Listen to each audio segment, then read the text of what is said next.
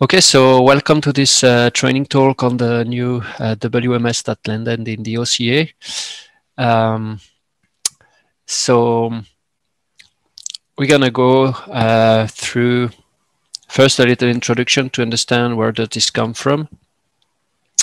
And then, of course, 1.5 hours will be a bit tight to explain everything into details. My main target for this training session is for you to understand the main concept and get a hands on them. But of course, you'll need probably some practice at your end if you really need to set it up for one of your projects. So I start with a little introduction. So a couple of years ago, was 2.5 years ago, a major customer of our company needed many advanced features in the logistics and warehousing management system. And then we decided to take this challenge, and we gathered a team composed by very experienced people in this area, both from the Odoo side and also from the industry. And we started to draft the requirements, see a bit around, and we decided we're going to make it. So we started hard at it. So it was roughly 2,000 days of investment through almost 2 years. And the go live took place in last August. And we released everything here on the OCA ecosystem as an open source solution that covers both the warehouse management part, but also all the supply management part. So it also take care of the procurement with the GGMRP, and it also go up till through the invoicing of the customer with all a stack of modules that is here used to help to run monthly invoicing by batch if you need to generate hundreds and hundreds of invoices, and send them through EDI channels or the appropriate invoicing channel for each customers. So it's really a complete solution from end to end. Today, of course, we're going to focus most on the warehouse management system part. The main stakeholder of this project, so Cosanum is the customer that financed it. It's a world-class medical logistic person that serves the hospital, which we can say those times they are quite busy. And then we had 4 Odoo integrators, Chem2Chem, Bessim, Accretion, and Forgeflow that participated to this project. And we had 1 supply chain consulting companies, which is Sush Consulting, located in Lausanne, Switzerland. Those are the main stakeholders of the project. And the key people in there, all acknowledgeable people with a big experience, either in the logistic, either on Odoo side. And I take this chance to thank them all for all they've done for this project. Would never have been possible without their heavy investment. So big thanks to them all. Okay, so as you have noticed, the result is a really complete open source WMS that is built on top of Odoo. Maybe then I go into the details, but just as an overview. So first of all, it's completely integrated with all the other apps of Odoo, right? So all this work is completely compatible with all other OCA module, is also compatible with the enterprise one. So it's really something you can use alongside your usual sets of module. Then as I mentioned at the beginning, we have connected that through an EDI using UBL standards. And there is a whole stack in this project to run and deal with all the service agreement you have with the customer and all e-billing strategies. Then, of course, this is the purpose of this talk. It allows to manage complex warehouse setups. It means managing different logistic units and different product class like dangerous goods or liquids product, those kind of things.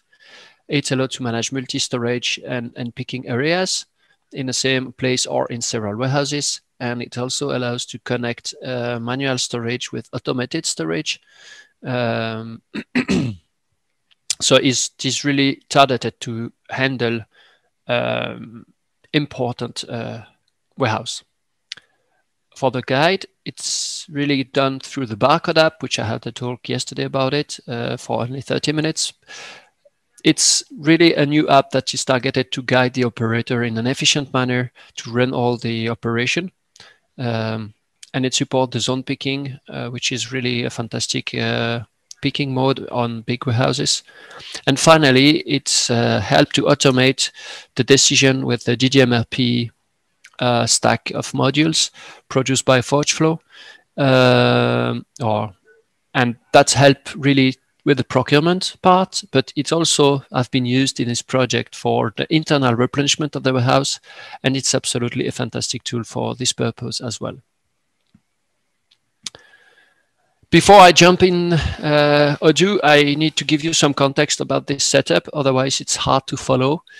So we had 3 warehouses in our case, and this is the quick simplified map of the warehouse with a pallet storage here in a high bay, means it's really organized in hazel, right? So we had 23 hazel in our case with a handover point. It means machine cannot get in and out without handing over the pallet through this point.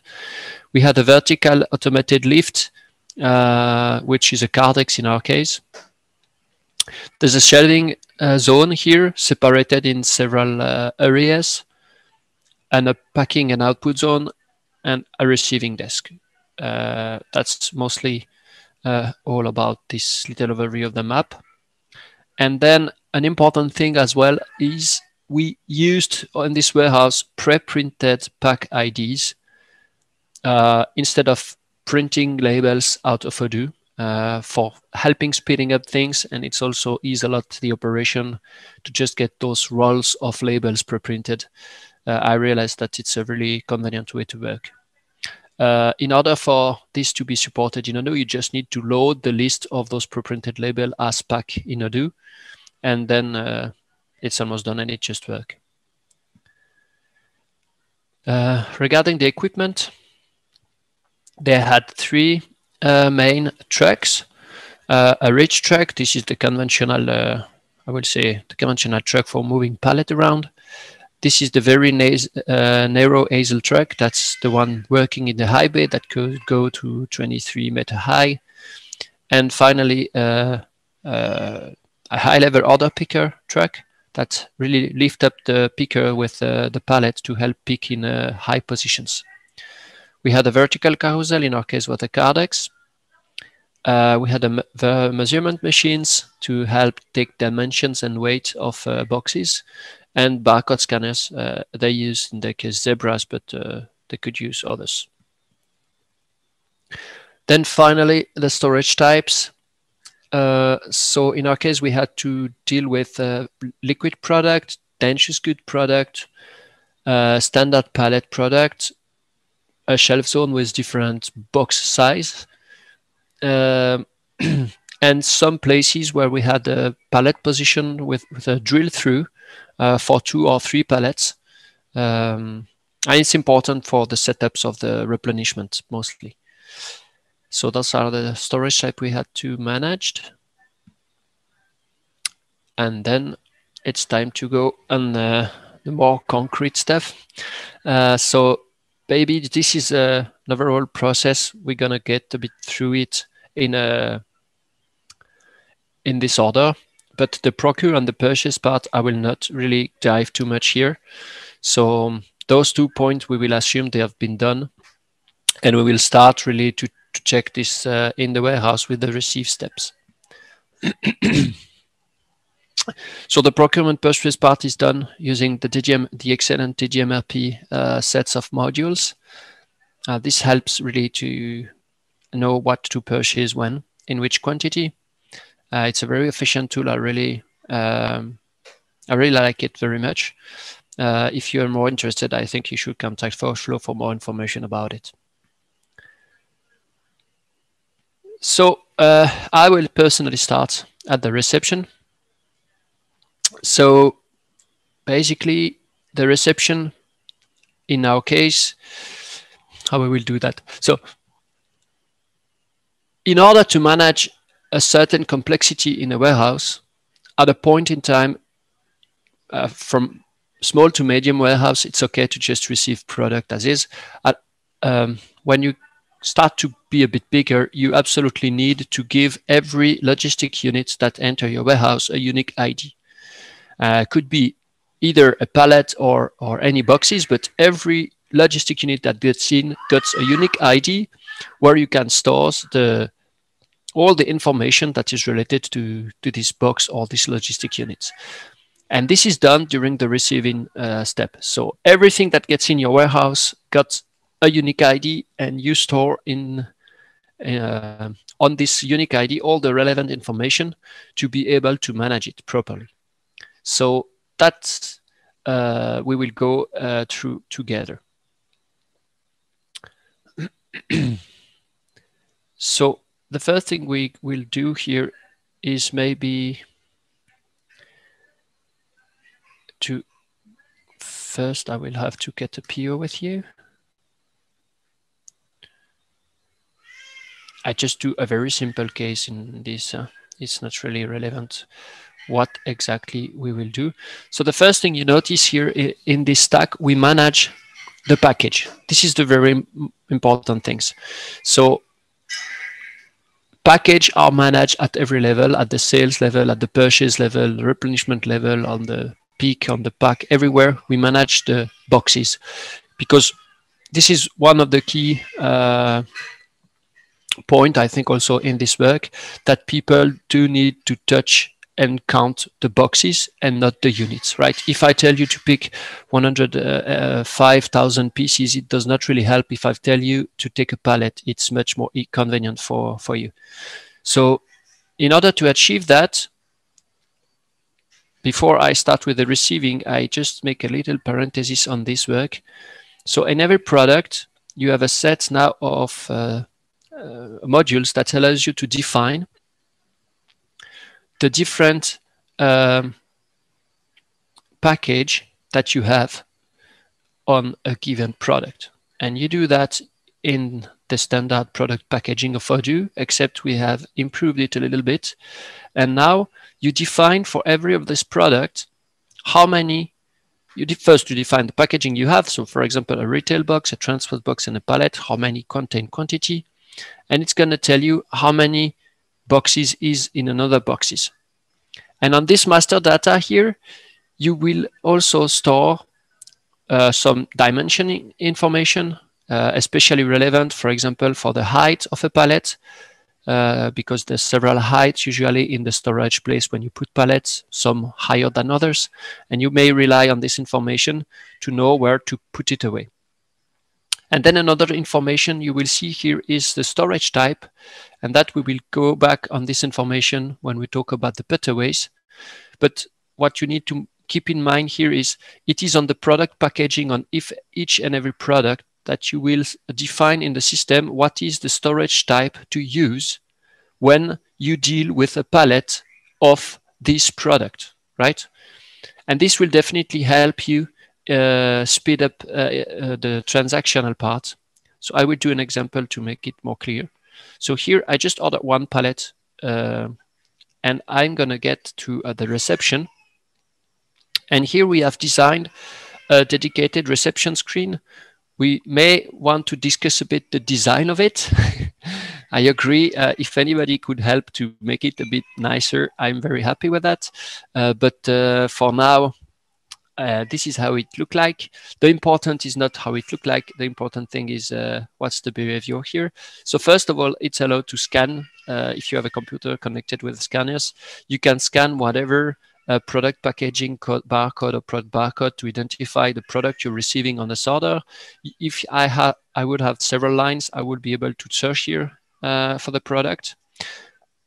The goal of this first screen is to actually select the position you're going to receive. So here we imagine a truck is just get to your place, you unload the pallet, and now you will proceed with the reception. So first thing you do, you open the reception that you should receive product on, and you take the first pallet, you look at the product, you select it in this list, and you open this screen. And here you will be in a guided step, right, to receive your product step by step and fill up all the relevant information you will link to the ID you will give to this logistic unit. you have some information. So for example, here I know that if I'm receiving a full pallet, it should be this quantity. So in my case, I will just receive the quantity of a pallet. You can use the standard shortcut of Odoo. By the way, just need to hide a bit this, sorry. Yeah, voila. Then the system proposed you a default location to receive it. Here I assume I have no problem. Of course, you can handle here all quality check and whatever. Here I need to scan the PID, the ID of my logistic unit. So this is of my pre-printed roll, right? So I'm gonna scan this PID and stick it to the logistic unit. In my case, it's a pallet. And here you see the system automatically detect, as I have received this quantity of this product, he knows that it's a pallet because of the product packaging definition, and it suggests me to receive it as a pallet storage type, because this also be part of the product master data I've shown you just before. He also filled up the usual height of such a pallet from this master data, and this is probably the correct things. I may have to change it if I need to, because maybe it will not be this height this time. So in my case, I just receive it as a standard pallet, and I'm done with this reception part. If we go now in Odoo, we will see we have received this package. And we see that first, it's a single product package, right? That contains this many quantity of this product. We know the height of this pack, and we know it is a storage type pallet. Then for the put-away, the next steps we will proceed together. You will understand how this is important. Just checking back here. So what to remain in this reception screen is it really allows to complete this information in an easy manner. In my case, I did not have a lot on this product, but if I would have one, this reception screen also helped to receive product with lot in an easy and step-by-step manner. Because in Odoo, I think I don't need to remind you that, but if you go in a standard reception of Odoo and you need to process it, to enter all those information, you always have to click there. You have to create the lot if it does not exist. It's a lot of click everywhere. And especially once you have put that in a pack, you after that need to open the pack and fill up all the proper information on this pack. So, I mean, for every pallet you receive, you need, I don't know, 2 or 3 minutes. While with this reception screen, you can really go much faster. And it has also been designed so that you can actually receive more than one pallet. So if you receive 10 pallets of the same product, it will keep the information of the product you're receiving, and you can keep going, receiving 1, 2, 3, 4, 5 pallets, and it speed up a lot this reception part in the warehouse. So I hope this part is clear. As it's a training session, I'm just wondering if I should take some question for this receiving part first. I don't know if any person got a question. Feel free to ask now for this reception part before I move on to the put away of this product.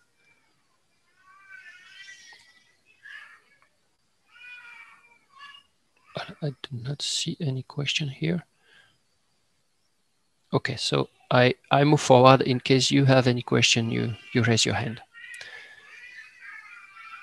Then we have received our pallet, our logistic unit considered as the pallet, to be precise. And here we will see, I think, what I consider the first key features of this WMS system, which is the storage type.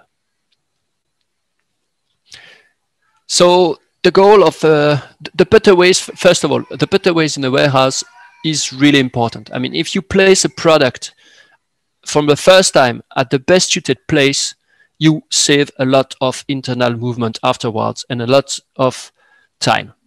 And this is what matters the most, right? So computing the best destination for a logistic unit is probably one of the most important things in a warehouse management system. And that's why we have worked a lot on those concepts. So I will show you a bit in the tools, but the main goal of that is to be able to define several storage types we already seen one, which was the palette.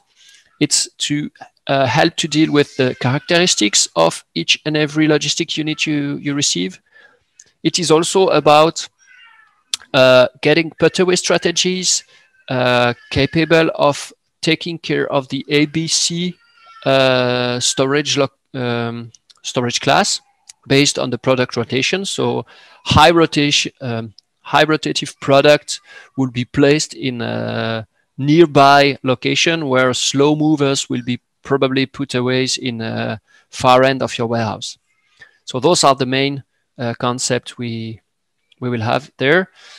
To be noted also that we were able, through the dynamic routing that we will see later on, to handle the handover place, right? So remember on the map, in the high bay, for example, in our case, we cannot get in the end of the high bay in one step.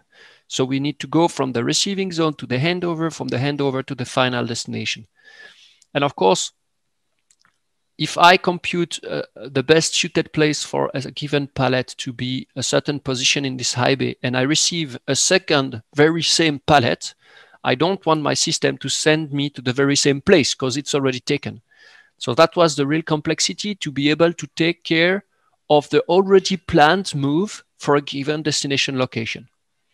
And all this we're able to do now with this set of modules. So let's dive a bit in those concepts. First of all, this one I maybe keep. So you found that in those menus here. And the main important are those ones. So you define your package storage type that you will actually link to your product master data. So I've already shown you one of that. I open it here, so I have everything to explain you that.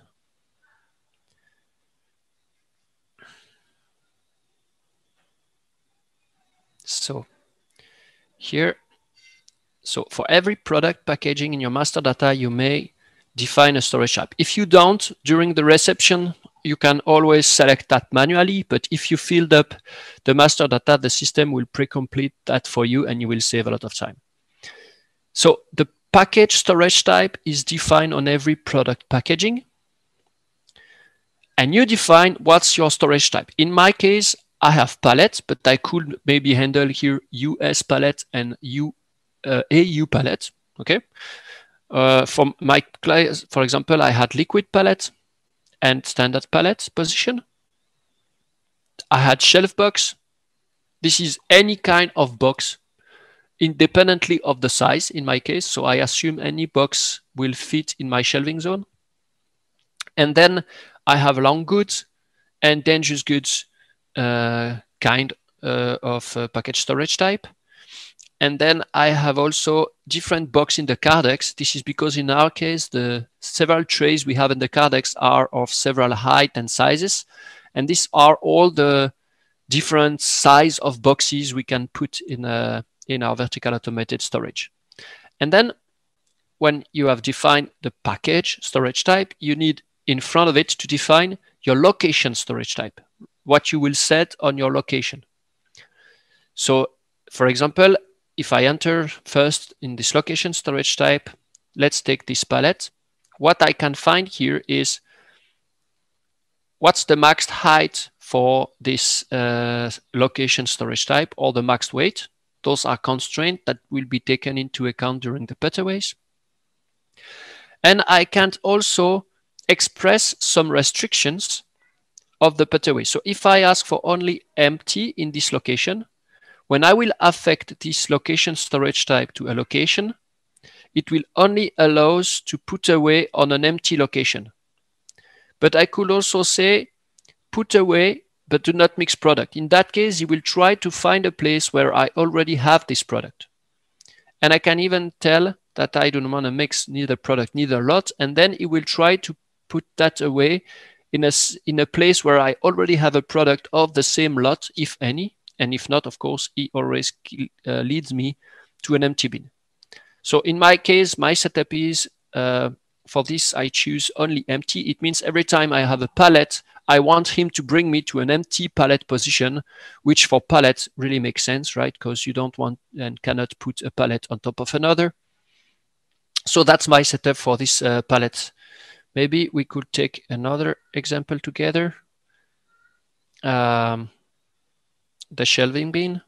So in my case, I also asked for getting an empty shelving bin every time, because I am in a chaotic storage that I go on this topic just after. So basically, you define all your location storage type with the different parameters that you want to take into account. And then what you need to do is to assign those location storage type to your location. Of course, it works with the trees of location in Odoo, right? So if I set up at a certain level a certain storage type, it is true for all level underneath. So this is my high bay. And of course, if I set a certain location storage type at this level, it will be true for all its children, unless I define for a given children a certain different location storage type. So that's the first thing about the location storage type. When you have defined your location storage type and your package storage type, what you need to do is to explain the system for this package storage type, what are the allowed location storage type where you're able to place that. So that it is a simple mapping that you can also find easily in this menu that tells you, okay, a pallet package storage type can go in a pallet 2.1, 1.6, 1.3, 1.1, and 0.8 location storage type. So basically, I'm allowed to put a pallet in any of those places, but of course, the system will account for the constraint I have, right? So here only 1.30 m, and in this case, it will be 2.10 m, right? So basically, this setup means I can place a pallet on any pallet 1, 2, 3, 4, whatever location storage type, but it will account for me for the height of the pallet. And of course, it won't lead me to a place of 1.10 m if my pallet is 2.10 m. So that's the mapping. So you define your location storage type and assign them to your location. You define your package storage type, and then you do the mapping. And finally, you can check with this little text here that will actually help you to decide and check that your setup's going to work. So why? This is linked to the type of put-away that will be computed in a given place. I go back to that afterwards. First, I finish with this screen. So you could define also a preference sequence where to search for. So in my case, I translate it in kind of English. So I have a pallet package storage type. My allowed location storage type for this package storage type are all the pallet places, right? And my sequence, where in which location should I look for to put away that pallet, is in my case the high bay, the shelving, well, all those four, and the sequence will be respected. So the system will first check if he find a compliant location there. If he do not, it will go there. If we do not, it will go there, and so on and so on. And here you have a little helper that tells you what is the pack put away strategy in this place. And we support actually 3 types: the chaotic ABC, the ordered children location, and nothing. So basically, this is also something you set up on the location. So here on my high bay, I have said that my default location storage type in this place is 2.10 m, and I have said that my default pack put away strategy is chaotic ABC, right? Chaotic ABC means it will look to match the product storage category A, B, or C with the location classification, right? So of course, if I'm an A product, I will try to place it in an A location, meaning a highly rotative product. In the contrary, if I'm a C product, very slow movers, I will try to put it at the far end of my warehouse, and the system will try to favor that preference. If he do not find a suited place of the kind he's looking for, he will fall back to another one. That's for the chaotic ABC. The ordered children location will just take the next location according to the sequence of location. So he will try to look at the first row. If he do not find it, he takes the second row, and so on and so on. And if I ask known, this is sometimes useful. I don't enter in too much detail here. It's become too advanced. It just will not compute a pathway and will stop at the top level. So if I'm told to put something in the HL in my case, and I set up known, it will not go to look in the child. It will just stop at the HL part. And that means the guy or the operator will have to choose himself a location. Sometimes you still want to rely on manual or on people's mind, and that's designed for it. So I think I've did it all with this. So we've seen the storage type concept, the packaging master data. We see how to configure a storage type, and we have understand the configuration of the pathway strategies. Maybe it would be nice to make an example out of it. So I still had my pack I received just before. So last thing I forget to mention you is we are not relying, and you should absolutely deactivate the reception in 2 steps in Odoo. It is really bad that the move are linked after they have been received. For many reasons, I will not enter in this debate now, but this is really something I really strongly encourage you to do. So basically, you will receive in 1 step in the input location, and from there, you will create a manual move from this input location to the final destination always. And this is where the pathway will be computed. So this, I can just make a little demo of it. So you see that my pack I've just received is of a type palette. It is in the WAE location. And we have just seen together that my storage type palette will respect this sequence of operation. So it's try to find a suited location in my high bay, right? And you remember that my high bay is actually not reachable directly. It needs to go over through this handover point. So we will just do that together. Just the last thing, no, I will just first do that. So in my case, I'm gonna use the barcode app for that, just because it's easier, but I could also create an operation manually in Odoo. So here I just scan the pack I just received in my input place. And here all the pathways are computed. And you see it's asked me to go somewhere in the input of this handover place. So this is, I will show you to get you understand what I mean. So this is my L1. And of course, this is all the location I have underneath, right? And I need to get to one of this location in order to put it away properly. And then from there, I will be able to go to my final destination. This is exactly how we have designed it. So if I want to proceed it, I can just scan. Oh yes, I don't have a barcode there. Okay, I will take any others.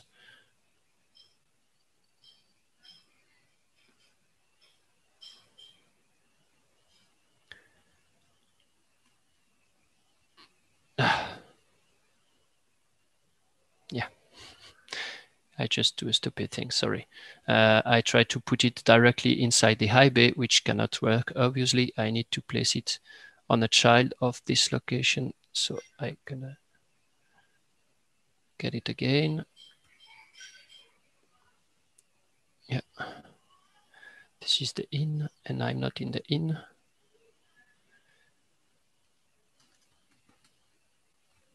So I need a place on the buffer, right? So my buffers have several places. For every ale, I have several buffers to get in, and I then need to choose one of the available buffers.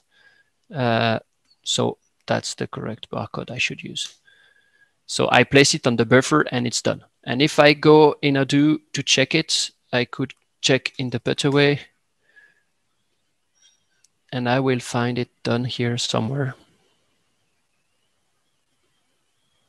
So basically it has placed that things now on this buffer out, right? And you see that this package is now there.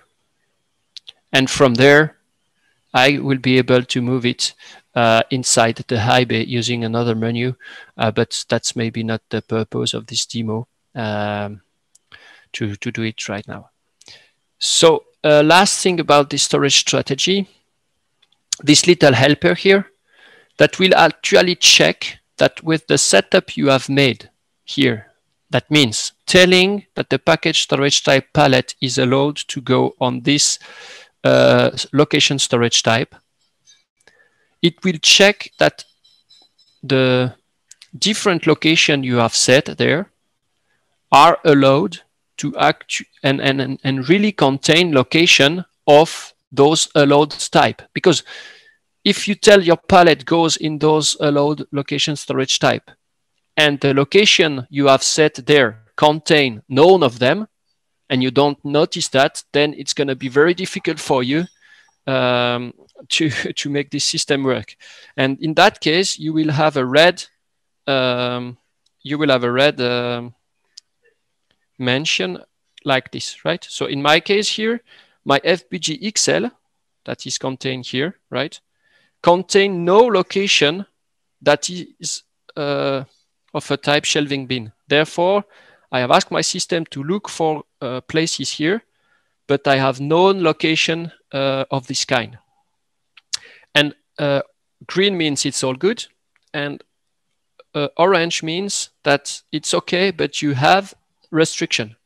For example, you have only palette of 1 meter 10, and you ask to put any palette there. So maybe you may not be able to find one if your palette is 2 meter.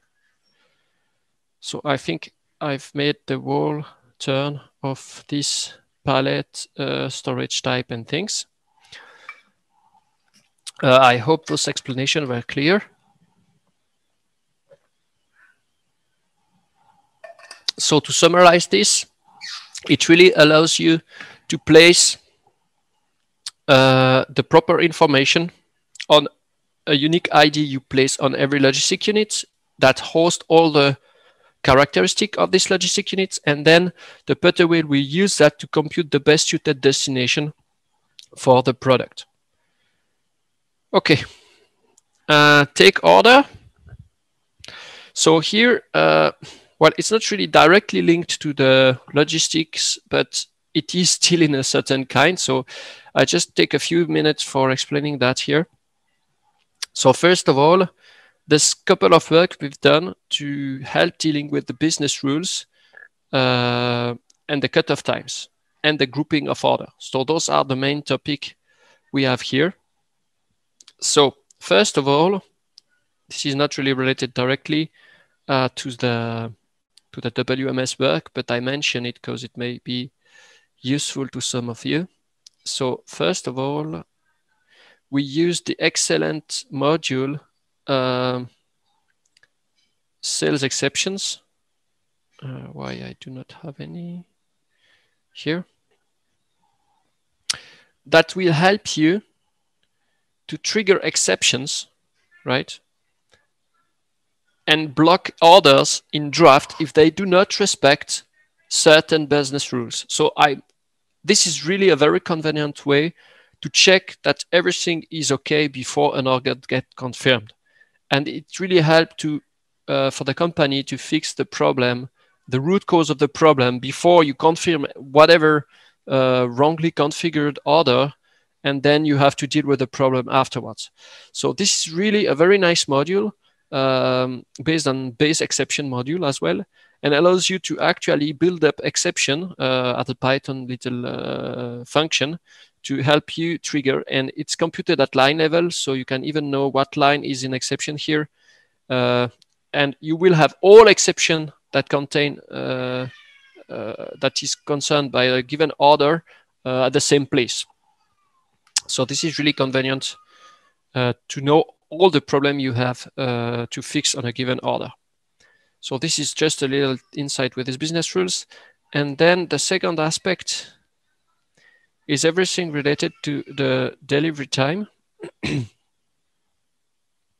So you may have faced already a situation where people, so there's two things here, the cutoff time and the delivery windows. So first of all, the cutoff time, we have managed it this way. You define the cutoff time per warehouse. A cutoff time, what is a, maybe first of all, what is a cutoff time? So a cutoff time is the last time in a day when you need to stop getting order in if you want to ship them according to your policy. So let's imagine you have a 24-hour delivery policy. You ship in 24 hours. You can achieve that only, let's say, at the very least, if the order have been placed, let's say, before 6 in the morning, right? So any order placed before 6 in the morning can be delivered in 24 hours. If you pass that date, so an order gets in at 8 o'clock, then it will only be shipped in 48 hours. Then you just missed the cutoff time. That is what I call a cutoff time. And with the work we've done here, you have a cutoff time that you can set up in your warehouse. So as a global cutoff time, right? So this is my example, my 6 o'clock. But you could also define a specific cutoff time for a given customer. Like if your warehouse is in Paris, right? If you want to deliver in 24 hours in the South France, you need to respect this 6 o'clock global cutoff time. But maybe for Paris companies, you can offer them a cutoff time that is maybe at, let's say, 11 o'clock, right? Because they're just nearby you. If the trucks still leave around midday, you will still deliver it in 24 hours. And that is where you can use the partner cutoff time. And here you can check that, okay, for this person, it is allowed to, the cutoff time will be 11 instead of the default 6 o'clock in the morning.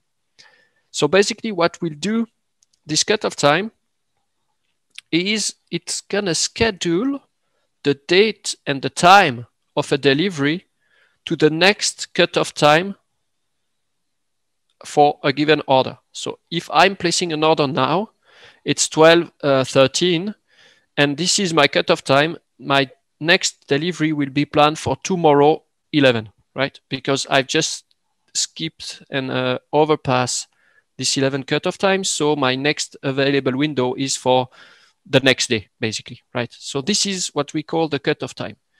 It's really important in the warehouses to know and sort their priorities, right? You absolutely want to reach your target of 24-hour delivery, and therefore you need to organize this cutoff time in the scheduled date time of your deliveries, so you can manage them and sort them by the proper cutoff time to reach the target every day.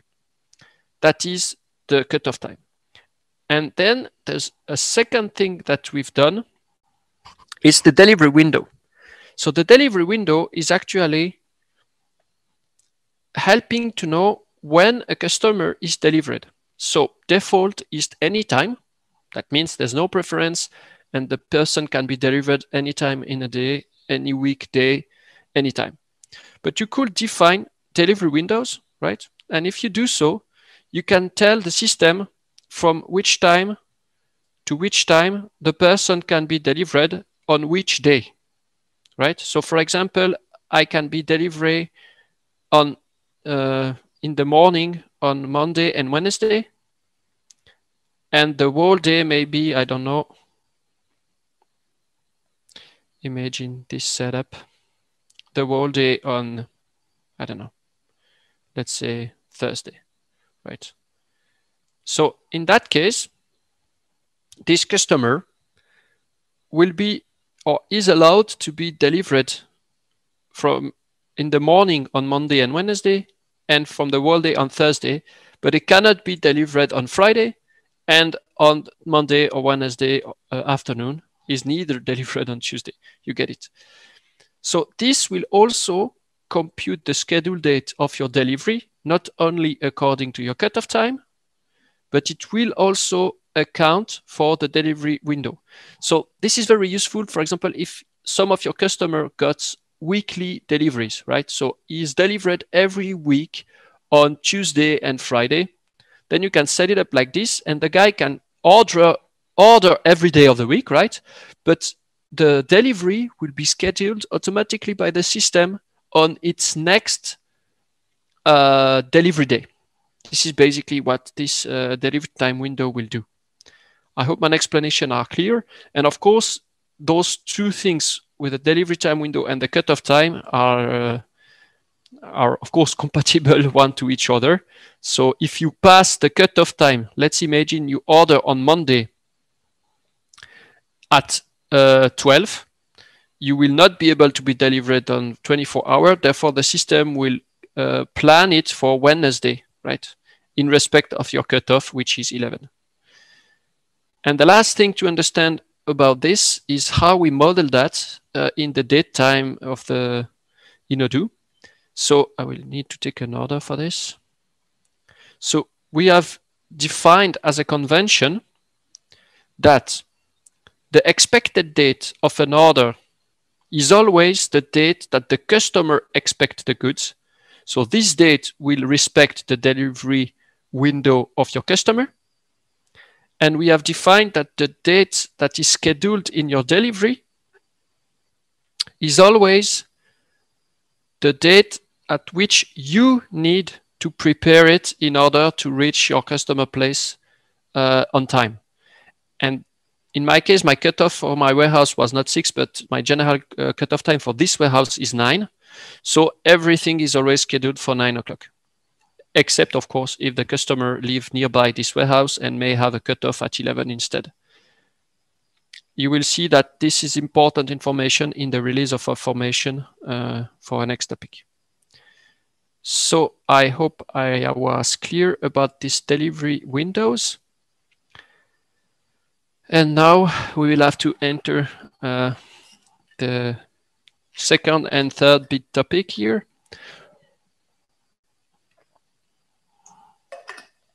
So we will talk about the stock allocation and the dynamic routing.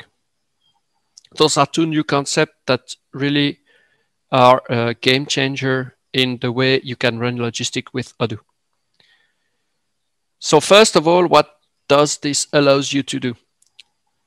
First, this concept allows you to drive your operation, right? It's not anymore Odoo that will actually just release every orders as soon as the sales order is confirmed, right? Sales order is confirmed, and then there's an operation to release operation in the warehouse in an order that suits you, by batch that suits you, by order that suits you. So you really are driving the operation that your people in the warehouse will do. Then it allows to get a dynamic flow. So by dynamic flow, it's as opposed by a static flow that are the routes in Odoo. So the routes in Odoo define a path for your goods in advance. So they tell you already from the beginning where will go your goods and which flow it will follow. But it's static. It means as long as you will run the procurement for this group and apply the rules that are in this route, that would just be like this, and it's going to be static and never change again. And sometimes it's good to have this, right? Because sometimes you can be predeterministic and you know already where will go your goods. But sometimes it is very bad because you actually need to be on a dynamic flow. I take one example for this dynamic flow is maybe if you ship your parcel by post or DHL, maybe you want to be only on a pick ship setup. And if you ship pallet, you may want to be in a pick pack ship setup. And of course, your product can be both shipped as pallet or as parcels. And therefore, in Odoo, you can define route on product level. So if only certain products were shipped by pallet and only certain product by boxes, then route would be fine. But as probably the reality is different, you need this dynamic routing that will allows you to drive operation differently or flows differently depending on if you decide to ship it on a pallet or ship it as a parcel. Another example of this dynamic flow would be on certain carrier, you want to route the goods differently, or yeah. So it's really helped you to reclassify. Well, we will dive in details afterward. I won't go too deep now. So that's for the dynamic flow. The virtual allocation goes with the drive of the operation. So this is when orders are confirmed, you want to ensure your goods are reserved for the first arrived, first served principle most of the time. And if you decide to release operation in another order than the sequence that the order has arrived, you need to respect this first arrived, first served. So if me and Paul, if I order first and then Paul ordered, but I release order of Paul first, I still want him to get the goods he would have received, meaning after me, right? So I want to ensure my goods will be shipped entirely if in case I don't have enough to fill up the two orders. Then the stock reservation rules are here. We will also dive in that more in details, but basically it helps to drive the reservation of the system, not only base them on a stupid FIFO or FEFO principle, but really be able to define in which zone of your warehouse you prefer to reserve first your goods. Also help to favor the reservation of full package instead of raw product. So this is always intended to lower the manipulation of the product, right? So the less manipulation you have, the more time you save and the more efficient you are. And finally, we will see that this release of operation and the stock allocation will only create internal operation for the warehouse for the goods that the system know you have. So if you have ordered 100 of a certain product, but you only have 80 in stock and the system knows it, it will only create the internal movement for the 80 the system know you have. And the 20 that you don't will still remain as a back order at the delivery level, but all internal operation, pre-picking, picking, packing, whatever operation you have to process internally will be based on the 80. It means internally, I mean, everything before the delivery order will always be based on what the system know you have. So you should, if you don't have stock errors, never have any back order for the internal work you have to do. And this helps a lot to not pollute the system with lots of stocks move that you will anyway not be able to proceed. So this is it about those main concepts. So now I need to probably go into more details. So first of all, let's go for the stock allocation. So stock allocation is actually a module that is called, with a very long name, I need to remember it. It's a sale stock available to promise release, which is a discutable name, but for now, this is the one we have. So how this is working. First of all, you need to tick it on a certain route, right? So if you install this module, you then need to tick this box on your delivery route. When you do so, anytime you confirm an order, it will take the route, but only produce the delivery operation, not all the others, right? So as a result, if I do a sale order now with you, let's code one or take any here. So if I confirm this order, well, it was already cancelled. I see here, it does not really matter. Anytime you confirm an order, you see it's only produced a delivery and nothing else, right? And then inside you have a new button to release this delivery. Release means please compute just now the internal operation I have to do in my warehouse to actually ship this order. So there's two things that occurs when I do that, confirmation of the order. So when I confirm an order, the system records in a first arrived, first served principle what this person is allowed to get among this product. If I will not have enough product to fill up all the order, it will respect the first arrived, first served principle. And that you can see in the stock allocation table here.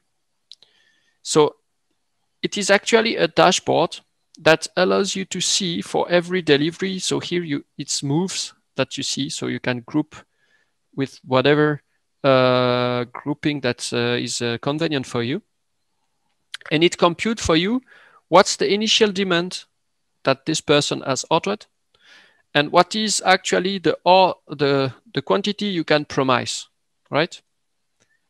And when you release operation, it always releases for the quantity you can promise to this person. So if I would only have 20 in stock here, then my order available to promise will be 20. And if I release this line, it will release it for 20 quantity and not more, meaning my pick, ship, or whatever internal operation will only contain 20 quantity, and the 10 left will be kept in a back order at the delivery level.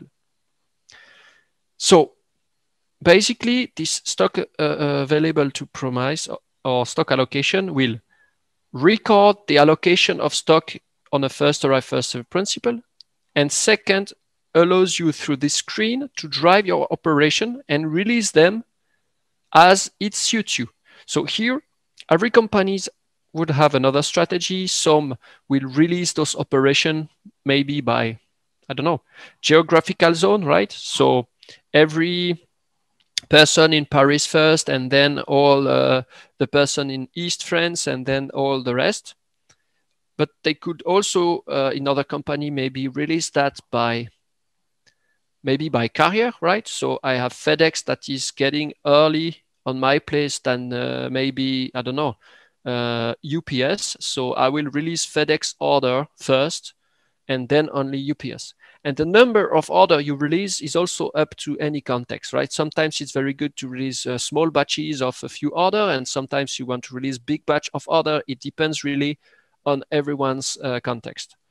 So when you do so, you just can make your filter and you just can release them in a click using this menu here. That's release batches of operation, or as I have shown you, you can release a given order or a given delivery just using this button here. And if I do, it's gonna actually compute the internal document to be produced. So in my case, it has produced only a pick in this case that I will be able to ship by DHL in this case. So the stock allocation, the big thing about it is really driving your operation and only create movement internally for the goods you know you have, nothing more. Maybe now I need to give you this little schema. So basically, when you confirm order, it gives you record the stock allocation for each and every order position. When you release the operation, it will go through those steps of things before it creates your operation, and that we will dive in it now together. First, it will apply the stock booking rule or the reservation rule.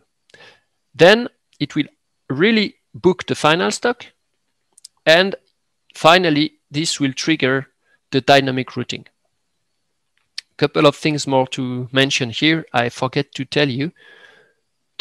One of the other biggest advantage of this stock allocation mechanism, you see, in Odoo standard, every time you confirm an order, it produces the document, pick, pack, ship, or whatever, and it booked the stock. It means the stock are locked. You cannot move them anymore, and nobody in the warehouse can do that. And this is very bad, right? If you receive a lot of orders to be dispatched over the week, you probably want to move things around until the very last moment because this is just the way things goes, right? You will reorganize your place, you will move things around, and in Odoo standard, this is really something you cannot do. And with this mechanism, you're free to move whatever you want until the very last moment of the release of the operation. So when you release operation, it will actually, as I've told you, compute everything. And at the end of the day, it makes the final booking where it will really lock your stock. So when you release operation, it's settled really a planning and lock your stock so nobody can move it. But it's only a portion of the orders that lock your things in your stock and not anymore every order for the coming 2 months, right? So this is really a game changer that stock are only blocked and reserved at the release of operation only and not earlier. Then, this is enough now for the release of operation. So now we will see the stock booking. So at the release of operation, the system will compute the reservation rule. This is another module, the stock reservation rule module. And it allows you through this menu to actually define how goods are reserved. So I take the standard order reservation rule here. And what I learned in this reservation rule is the following. So first of all, you see I used in this module the rule domain, which will help you to get the applicability of this rule. So this rule will apply on a certain operation type, and I could filter it with a given domain. If I take another example, another reservation rule, you see I have here a rule for certain delivery method only, right? So for example, I do not have the same reservation rule if I ship by DHL than if I ship my pallet through my main carrier, for example, right? And as it's a rule domain, it allows you to virtually make those applicability rule on anything, right? So once you have defined on which parameter these rules apply, then the rule will be applied. And in my case, it's applied the following way. So it tells the system, okay, when you have a standard order that gets in and you release the operation, then first look in this place if you find a full package of type pallet. Translated, this means it will look in a certain place if there is a full pallet that match the ordered quantity. Because if the guy or my customer order a full pallet, I don't want to reserve all boxes, then I have to build up a pallet, I have to strip it to ship it, right? It's really stupid. So if the guy order a full pallet, I really want to look for a full pallet in my stock and ship it as is, so I don't have to touch it. And in this case, I do not really look at the FIFO anymore. I just want to not be forced to build up myself a pallet from boxes. I want to take the pallet I have. Then I will do the same in my high bay, for example, right? So I will Vericon in my case in another warehouse. So I look in another warehouse if I have a full pallet. If I don't, I look in the high bay if I have a full pallet. If I still do not find something, then I search for any known packaging in the Cardex. Then the Cardex being the vertical lift. Then I search for any known packaging in my shelving zone. So remember that the map we talked or see just at the beginning is this one. So I will look for a full pallet in my pallet storage. If I don't find, I look for any box I may have in this vertical lift. If I still don't find it, I look in the shelving. And finally, if I do not find any boxes, right? This is done by this full packaging advanced removal strategy. Then I look for raw product in those places, right? The result of these rules will tell my system, okay, if you are a standard order with not a specific carrier that I will have, for example, for another rules, right? So I am a standard order, check if you can reserve full pallet in my other warehouse. If you cannot, check if I have a full pallet there. Then check if I have any full boxes or multiple of boxes that suits the needs of the customer in those places. And finally, if really you find nothing, go to grab raw products, and then that means I will have to package them myself. So the whole goal of this reservation rule is two main things. First, decide and get a hands on the system on in which order I look my goods for in my warehouse, because in standard Odoo, it will just look in my overall stock, right? It do not care if I prefer to take it on the left side or on the right side.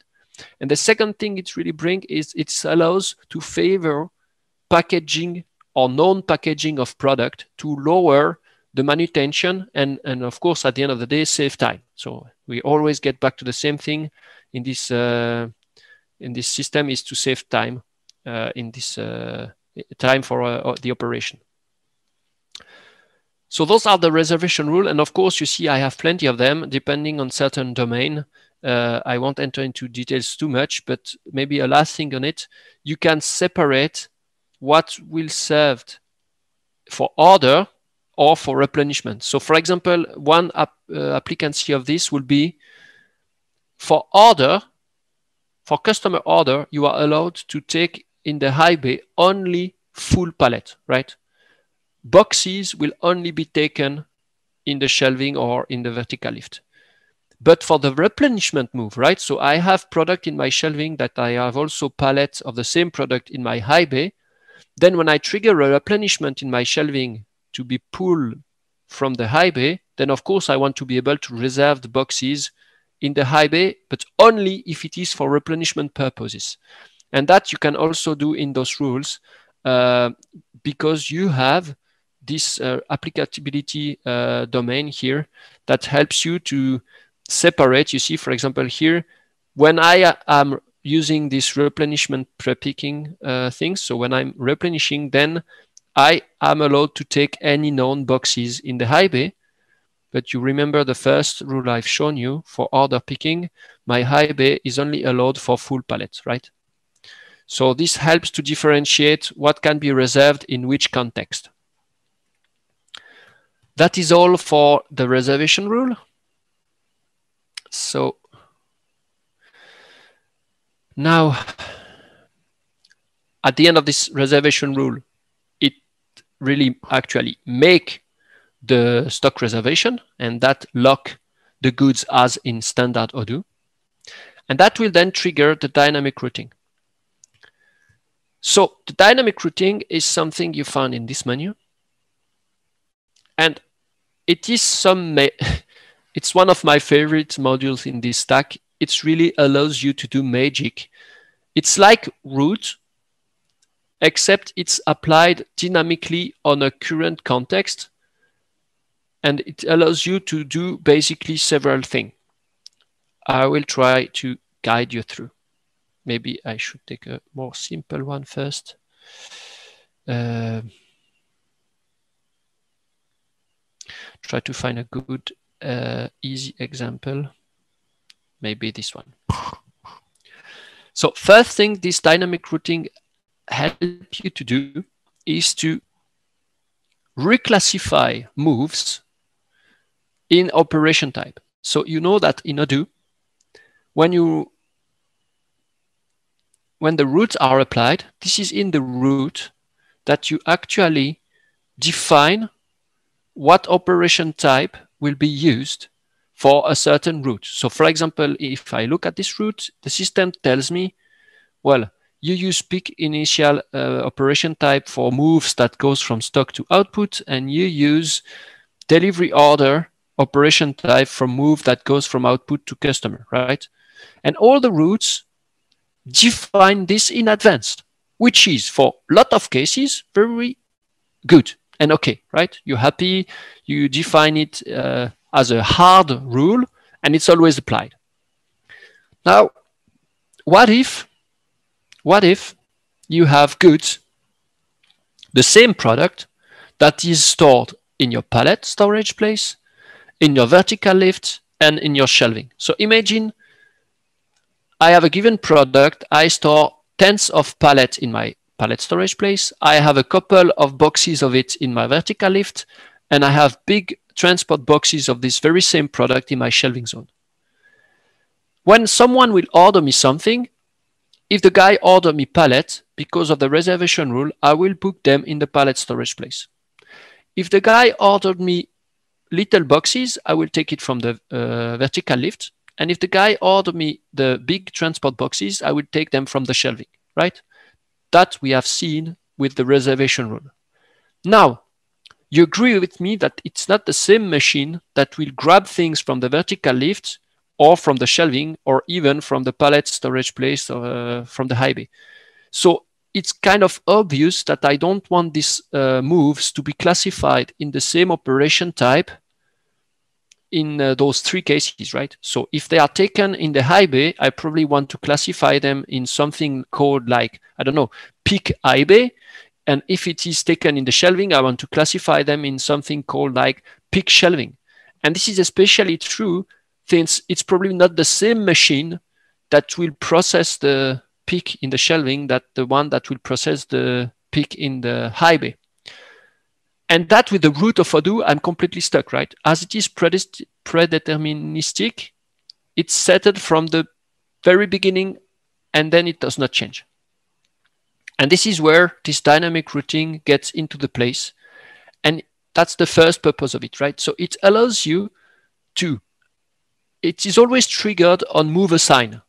So when the goods are reserved, this triggers the dynamic routing if any are found. And it works in the following way. So you always have a little text, by the way, that describe what the setup you have done will do. This is not easy to read the first time, but when you get used to it, it's really a big helper to understand what a dynamic routing rule will actually do.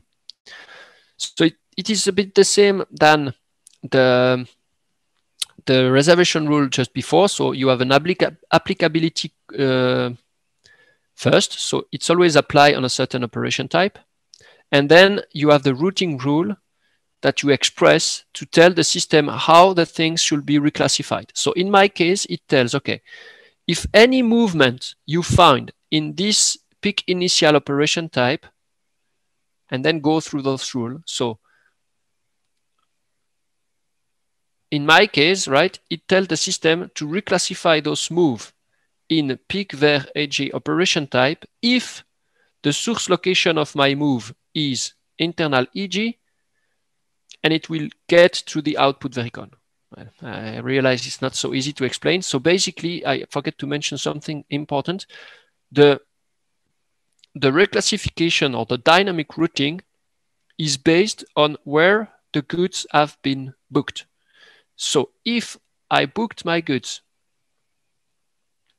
in my shelving place and my source of my move. So you see, again, it needs to be a sequence. So when I reserve my goods, the system applied the reservation rule for knowing in which order he look for location. Then he find one and reserve the goods.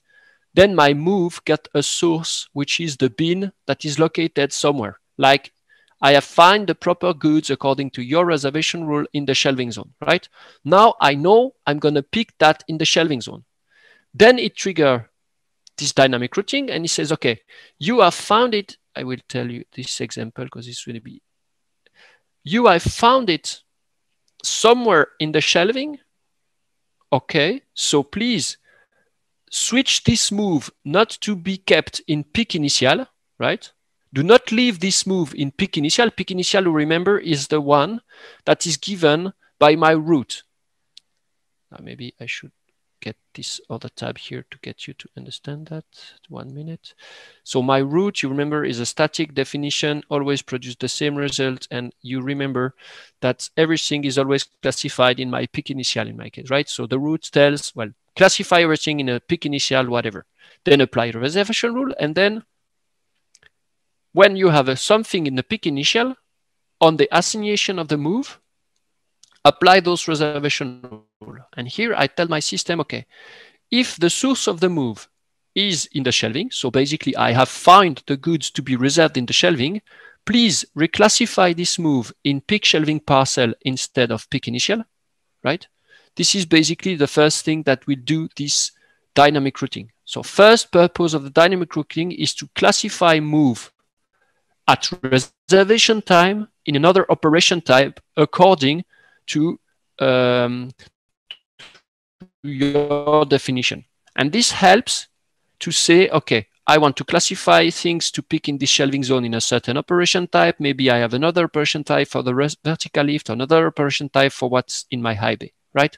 So at reservation time, I want to reclassify my moves in the proper operation type. First purpose of this dynamic routing. And the second purpose of this dynamic routing is to manage the handover.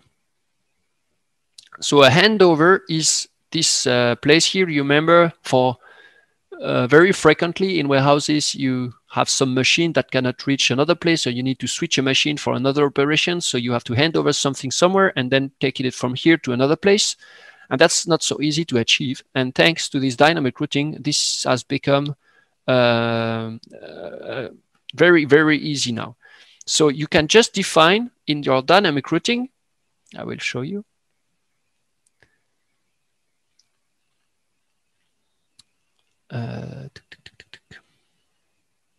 So here, I tell the same than before, right? I say, okay, if any move is in a pick initial and we reserve it, and it leads to be reserved in my high bay, right? So basically, I have reserved something in my pallet storage. I have ordered a full pallet. It has been booked in this high bay place. The move, because of the route tells me you classify it in pick initial. Okay, then the move is assigned.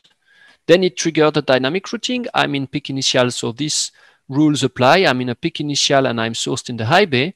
And then I'll apply this rule, and the system tells me reclassify it in my pre-pick high bay. That's the first part we already seen with the shelving.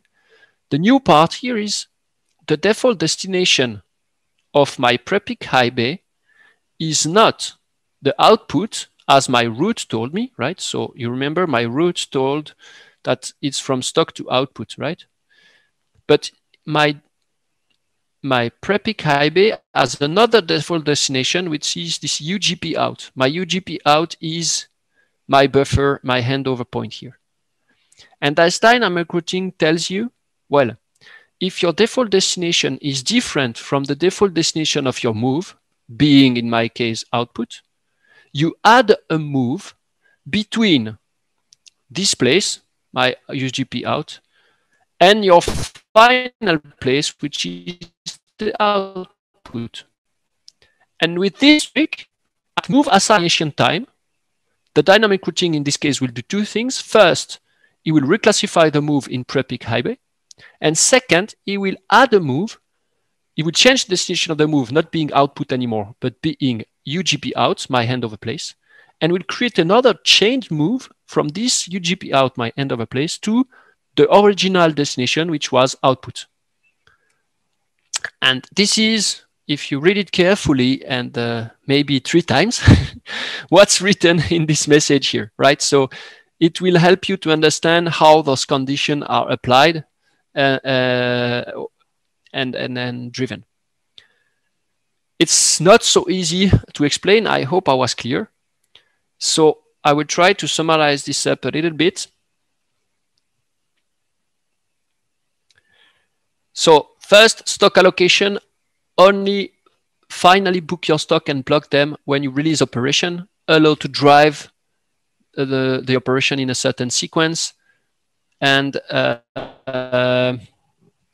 only for the quantity the system knows you have in stock. Then you apply the stock's reservation rules, and that will actually help you to drive really how the system should book things and try to book full packaging or pallet instead of raw product to lower manutention and save time. And then at move assignation time, trigger the dynamic routing to reclassify operation in certain other operation type depending on where the goods have been booked, and or add moves to handle the handover places. At the end of the thing, you end up with an operation that has been released, that has been reserved at the place according to your rules and reclassified in the proper operation according to the defined rules. So if I take back my order, well, I do not have it. And I see I'm running out of time. A very quick last thing, briefly, and then I take some questions. We manage the replenishment through DDMRP buffers. So you may have already seen this from Jordi's and Forceflow's team. So this is the standard DDMRP modules, and we use it for triggering the replenishment of the warehouse. So basically, in my case, I get back to the map, my shelving zone is replenished from my high bay, right? And to monitor when I should replenish something in my shelving and how much quantity of it and so on, I use these DDMRP buffers in there. And this is just super useful. First of all, it's very visual, and you see very quickly what you should replenish and what you should not. Second, it really helps. I will maybe take a more relevant one. Yeah, my demo data are not so good. Just 1 minute.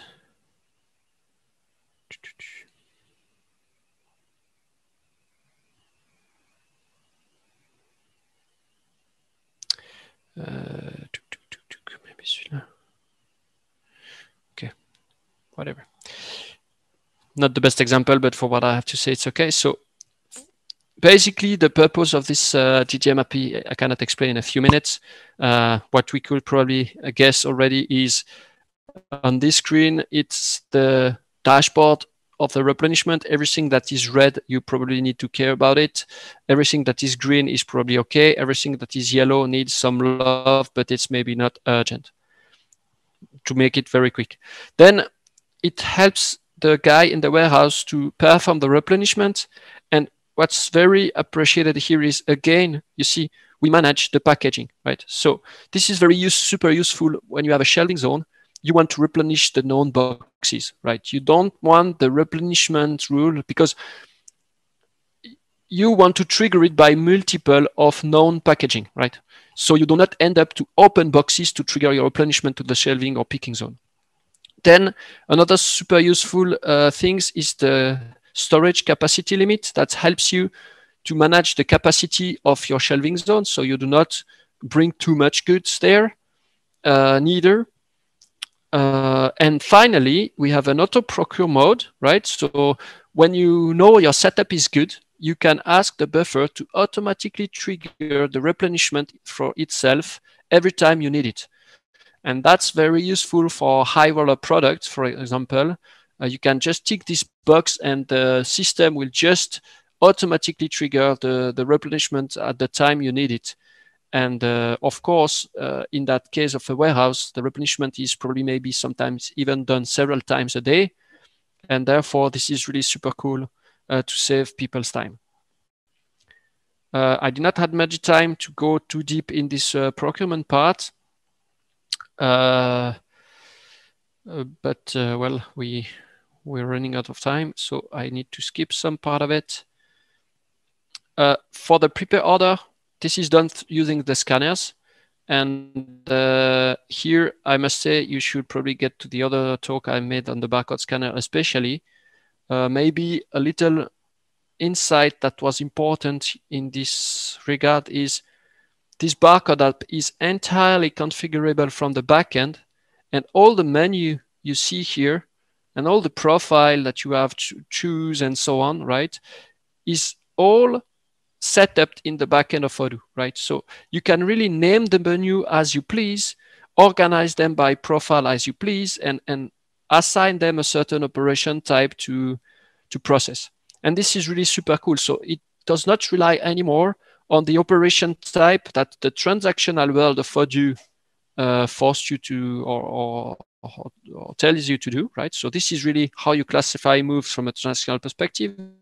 And in the shop floor menu, you name them as it makes sense for your operators. Okay, I think I will end up there.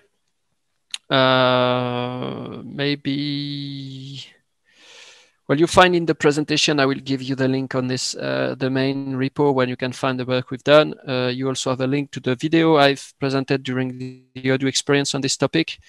Yeah, I think it's all. Last thing, maybe I did not mention the grouping of order. We have a module that automatically group orders together as long as you have not reached the cutoff time of the warehouse. So if I'm order a first order and then a second and then a third, and the two first order was before the cutoff time, it automatically aggregates the delivery together, provide a nice report for printing and organizing the delivery for several orders. Maybe I have an example to show.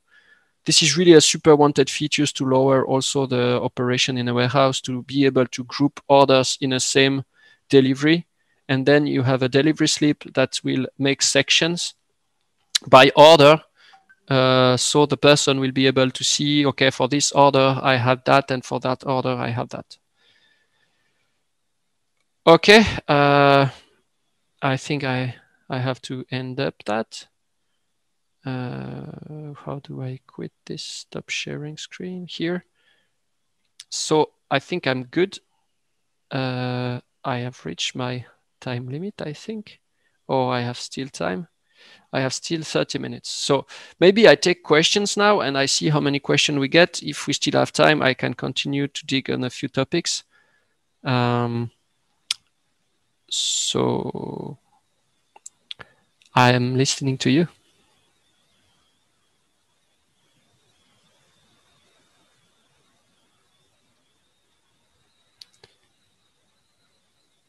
So it does not seem to get a lot of questions here.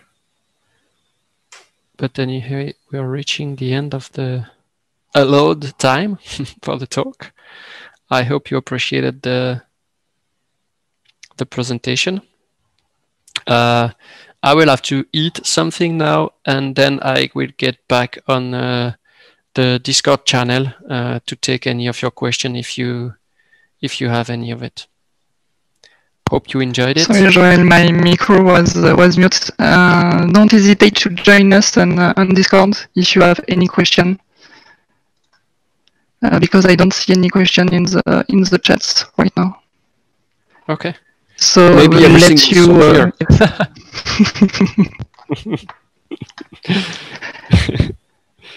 It was really clear, Okay. I think. I can't see anything in the chat. Thank you very much, Joël, for this good presentation. And we'll let you go eat. No, I think you need it. Yes, I need it. Thank you very much, Aline. Have a nice end of day. See you soon. Thank Bye you, bye, everyone. everyone. Bye. Bye-bye.